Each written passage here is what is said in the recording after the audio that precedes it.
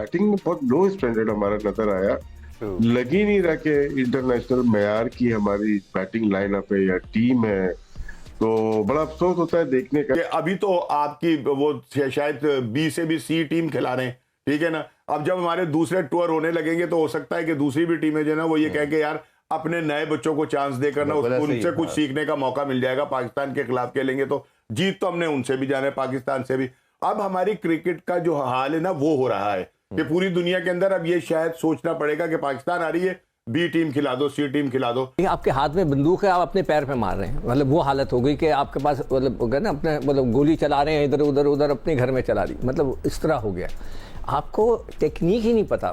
235 ऐसी या 29 अभी हमने निकाले, उसके इंटरनेशनल मैच है रिजवान के, उसकी जो क्लिप्स चल रही हैं, जो क्लिप मैंने भी अपने फेसबुक में डाली है, मैं हैरान हूँ। मुझे अफसोस हो रहा था कि टोटली एक्सपोज हो गया वो, कि उसके मतलब ऐसा लग रहा है कोरा कागज नहीं होता कोई, बिल्कुल मतलब किसी बच्चे को ले जाके वहां खड़ा कर दिया है और वो उसको नाच रहा है वहां। आप ये हकीकत मान लें कि पाकिस्तान की क्रिकेट वेस्ट इंडीज से भी ज्यादा जुबूहाली का शिकार है और अब ये बहुत नीचे चली गई है। जो बॉटम रैंक्ड टीम्स होती हैं वहां पे, और आप में सलाहियत ही नहीं है कि आप किसी बड़ी टीम से compete कर सकें।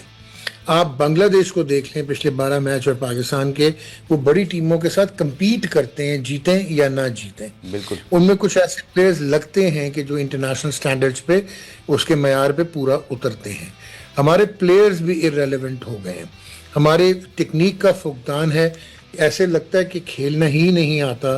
तो ये क्लियरली शो कर रहा है यार कि आपका जो डोमेस्टिक स्ट्रक्चर है वो इररेलेवेंट है और वो सिंक नहीं होता मॉडर्न क्रिकेट। फिटनेस लेवल कहाँ पे चला गया। आपने बात की कि हमें शॉट सिलेक्शन का वहां पर पता नहीं है। हम इतना क्रिकेट खेल चुके हैं, इतने सीनियर टीम के साथ हम कहाँ नहीं गए, लेकिन हम जब आउट होते हैं तो हम ऐसे आउट होते हैं जैसे हमें लगता है हमें क्रिकेट खेलनी नहीं आती। और यही हमारे इस वक्त सीनियर प्लेयर्स कर रहे हैं। बैट पैच कब तक बैट पैच रहेगा जी। प्लेयर 6 महीने 8 महीने के बाद उस फेज से निकलता है, ये निकलने का नाम ही नहीं, निकलने का नाम नहीं। इसका मतलब बस ये है कि इनके अंदर टैलेंट ही नहीं है, वो एक्सपोज अब हुए हैं। थोड़ा सा लकी रहे कि ऐसी जगहों पे, ऐसी पिचेस पे खेल लिए, दुबई वगैरह में खेल लिए, छोटी टीम्स के साथ खेले। अब जब देखा है रियल टेस्ट आ रहा है तो फिर एक्सपोज हो गए। तो इसका मतलब ये एवरेज, बिलो एवरेज प्लेयर्स हैं सारे। बाबर आजम को किंग कह के ना हमने उसकी क्रिकेट खत्म कर दी। रमीज राजा साहब ने उसको इतना किंग का लकब दे दिया कि उसकी क्रिकेट तो बिल्कुल खत्म होगी। वो अपने आप के अंदर अपने आप को किंग समझने लग गया और आप देखेंगे उसकी क्रिकेट का क्या हाल है। यहाँ थोड़ी सी शर्मिंदगी हो रही है, इसलिए कि मुझे लोग भेज रहे हैं इंडिया से, इधर से जो हमारे फैन है दुनिया भर में, मुझे लिख रहे हैं कि सिकंदर भाई ये क्या हो रहा है। अब मुझे उसके बाद कोई जवाब नहीं है। बॉलिंग की आप बात कर रहे हो, टोटली फेल हो गए हमारे फास्ट बॉलर्स। लाइन और लेंथ है ही नहीं। मैंने कल भी जिक्र किया था, नया बॉल इनको कराना आता नहीं है।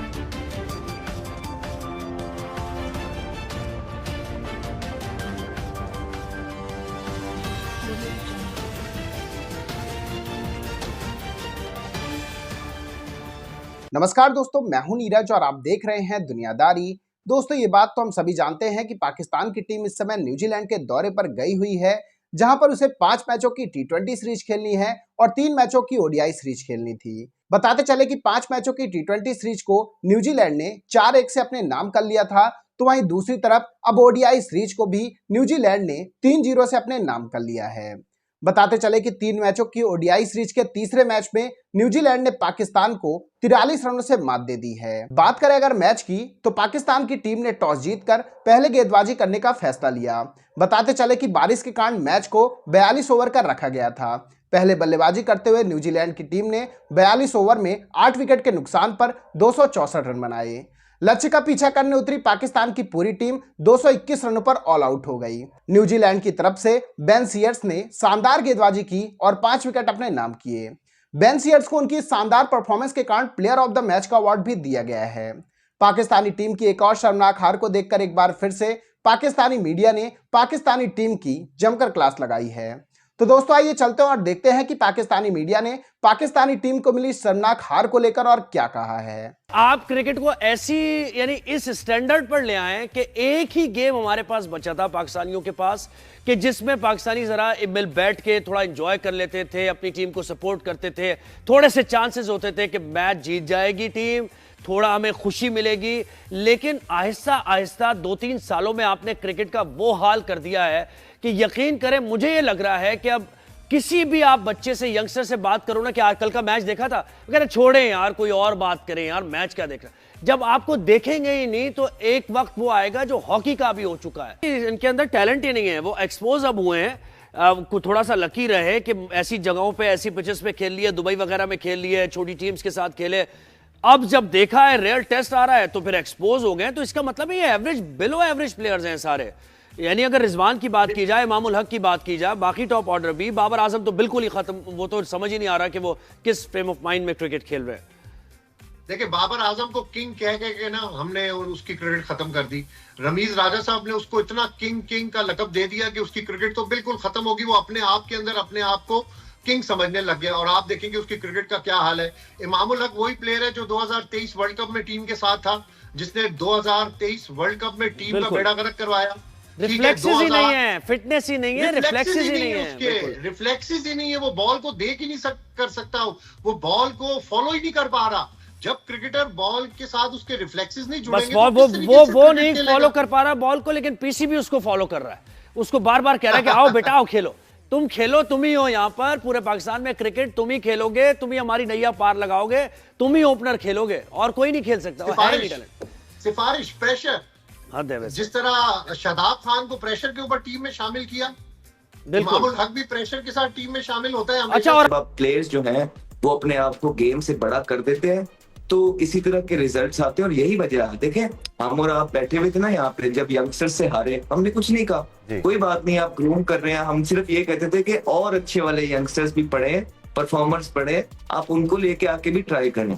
लेकिन आप फिर दोबारा से अपनी सीनियर टीम के साथ आपके ये हालात हैं जहाँ पे डिसिप्लिन टीम के अंदर है नहीं, अकाउंटेबिलिटी है नहीं। क्रिकेट एक इंडस्ट्री है, क्रिकेट के बहुत सारे, ये सिर्फ खेलना नहीं है, it's not about bat and ball and 11 players out in the field. अब क्रिकेट एक टेक्नोलॉजी बेस्ड जो है वो स्पोर्ट बन चुकी है। ठीक हो गया?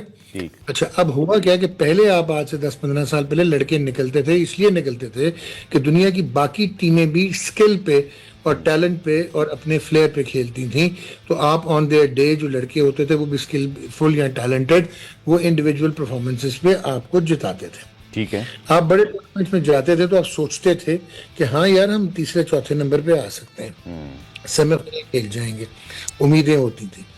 अब हुआ क्या है कि पिछले 2-2.5 साल में क्रिकेट चेंज हो गई और साइंटिफिक इंटीग्रेशन हो गई, जिसमें एआई आ गई, बायोमैकेनिक्स आ गई, किनेजियोलॉजी आ गई। तो ये क्या कि आप तो रह गए पीछे।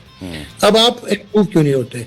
आप कंक्रीट का इंफ्रास्ट्रक्चर बना के अपनी वाह तो करा रहे हैं, लेकिन जो ऑपरेशन इंफ्रास्ट्रक्चर है उसका आवे का आवा बिगड़ा हुआ है। अच्छा, अब लोग आने नहीं देते। तो दोस्तों, जैसे कि वीडियो में आपने देखा कि एक बार फिर से पाकिस्तानी मीडिया ने पाकिस्तानी टीम की जमकर क्लास लगाई है। पाकिस्तानी मीडिया ने कहा कि इस ओडीआई सीरीज में न्यूजीलैंड का कोई भी सीनियर प्लेयर नहीं खेल रहा था और पाकिस्तान के सभी सीनियर प्लेयर खेल रहे थे, लेकिन इसके बावजूद न्यूजीलैंड के बच्चों ने पाकिस्तान के सीनियर प्लेयरों को 3-0 से क्लीन स्वीप कर दिया है।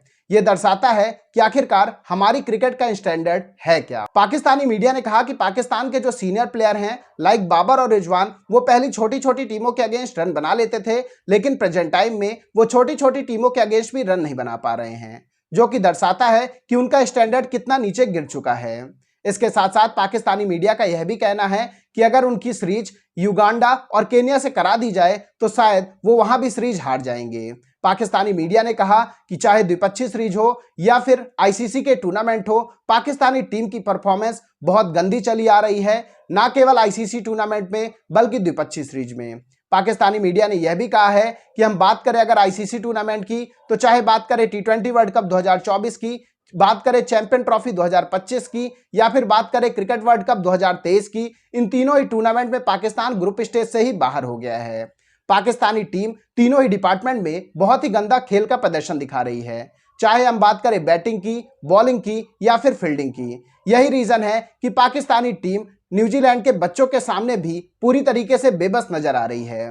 पाकिस्तानी मीडिया ने यह भी कहा कि हम किसी भी फॉर्मेट की बात कर ले, हमारी टीम का जो परफॉर्मेंस है वो दिन प्रतिदिन नीचे की तरफ गिरता जा रहा है। चाहे हम बात करें टेस्ट की, ओडीआई की या फिर टी20 की, तीनों ही फॉर्मेट में पाकिस्तानी टीम की परफॉर्मेंस पूरी तरीके से जीरो है।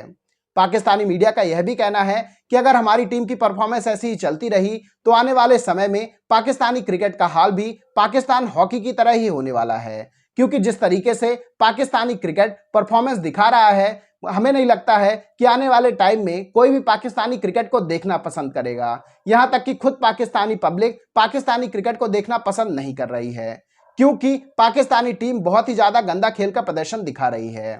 इसके साथ साथ पाकिस्तानी मीडिया ने यह भी कहा है कि हमें सोचना चाहिए कि आखिरकार क्यों हम छोटी छोटी टीमों के अगेंस्ट भी पूरी तरीके से बेबस नजर आ रहे हैं। ओवरऑल एक बार फिर से पाकिस्तानी मीडिया ने पाकिस्तानी टीम की जमकर क्लास लगाई है। साथ ही कहा है कि फिर केस अगर हम चाहते हैं कि हम कुछ अच्छा कर सकें तो हमें बीसीसीआई और इंडियन क्रिकेट को फॉलो करना चाहिए कि वह डोमेस्टिक में कैसे क्रिकेट को खिलवाते हैं और उनके प्लेयर कैसे इंटरनेशनल लेवल में शानदार तरीके से परफॉर्मेंस करते हैं। तो दोस्तों अभी के इस वीडियो में बस इतना ही। तमाम अपडेट्स के लिए आप बने रहिए दुनियादारी के साथ। सुनो, चैनल को सब्सक्राइब करो, उसके बाद घंटी बजा देना ताकि अगली वीडियो आपसे मिस ना हो पाए।